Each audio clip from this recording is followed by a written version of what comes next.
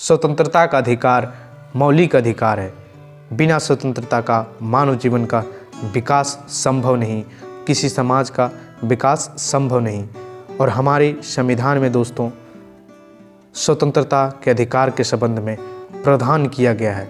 हमारे संविधान के भाग 3 के आर्टिकल 19, आर्टिकल 20, आर्टिकल 21, आर्टिकल 22 में स्वतंत्रता के अधिकार प्रदान किए गए हैं।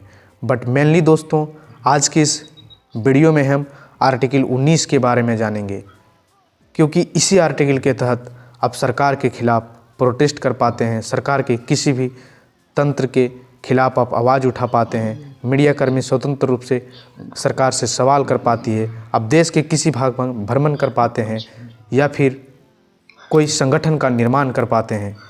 तो इस आर्टिकल का महत्वपूर्ण हमारे जीवन में भी बहुत ज़्यादा है। तो इसको आप आज पूरे डिटेल में समझिए कि इस आर्टिकल में क्या क्या प्रावधान किया गया है।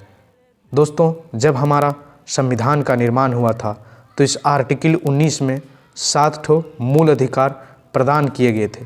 बट 44वां संविधान संशोधन 1978 में जो संपत्ति का अधिकार है उसे हटा दिया गया और वर्तमान समय में इसलिए इसमें 6 मूल अधिकार रह गए हैं।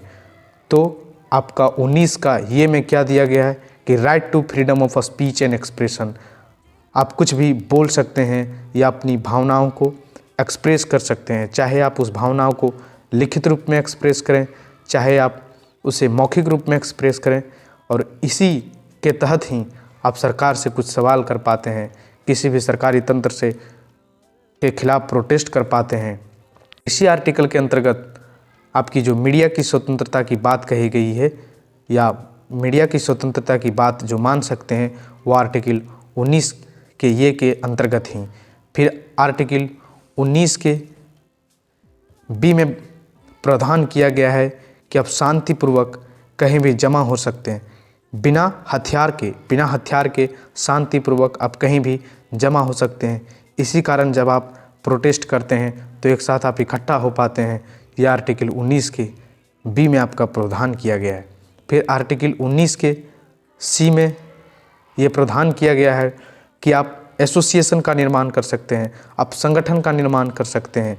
और इसी अधिकार के चलते आज मजदूर संगठन है, स्टूडेंट संगठन बनता है, या फिर रिक्शा चलाने वालों का संगठन बनता है, या फिर टीचरों का संगठन बनता है। फिर या फिर कह सकते हैं कि आप बजरंग दल जैसे संगठनों का निर्माण कर सकते हैं, आरएसएस जैसे संगठनों का निर्माण कर सकते हैं, बीएचपी विश्व हिंदू परिषद जैसे संगठनों का भी निर्माण कर सकते हैं इस आर्टिकल के तहत। फिर आर्टिकल 19 के डी में ये प्रावधान किया गया है कि अब देश के अंतर्गत जो क्षेत्र आता है उसमें आप कहीं भी भ्रमण कर सकते हैं। जैसे बिहार का व्यक्ति श्रीनगर जा सकता है या श्रीनगर का व्यक्ति तमिलनाडु जा सकता है। ये आपका आर्टिकल 19 के डी में बताया गया है। फिर आर्टिकल 19 के ई में है कि आप देश के किसी भी भाग में शटल हो सकते हैं, यानी कि अपना घर बसा सकते हैं देश के अंतर्गत। जैसे कि बिहार का व्यक्ति आप महाराष्ट्र में जाके भी घर बना सकता है और महाराष्ट्र का व्यक्ति तमिलनाडु में जाके भी घर बना सकता है। यह आर्टिकल 19 के ई में प्रावधान किया गया है। और आर्टिकल 19 के एफ में ये प्रावधान किया गया है कि कोई भी व्यक्ति कोई भी पैसा अपने जीवन यापन के लिए कोई भी पैसा अपना सकता है, कोई भी व्यापार कर सकता है, कोई भी बिजनेस कर सकता है। जैसे कोई ठेला चला सकता है तो कोई बार डांस भी खोल सकता है। ये हमारा आर्टिकल 19 के एफ में बताया गया है।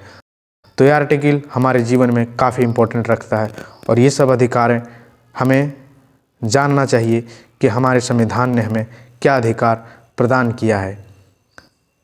तो आप थैंक्स कहिए उन संविधान निर्माताओं का जिन्होंने इन संविधान का इतना सुदृढ़ और सुस्पष्ट संविधान का निर्माण किया है। जय हिंद दोस्तों।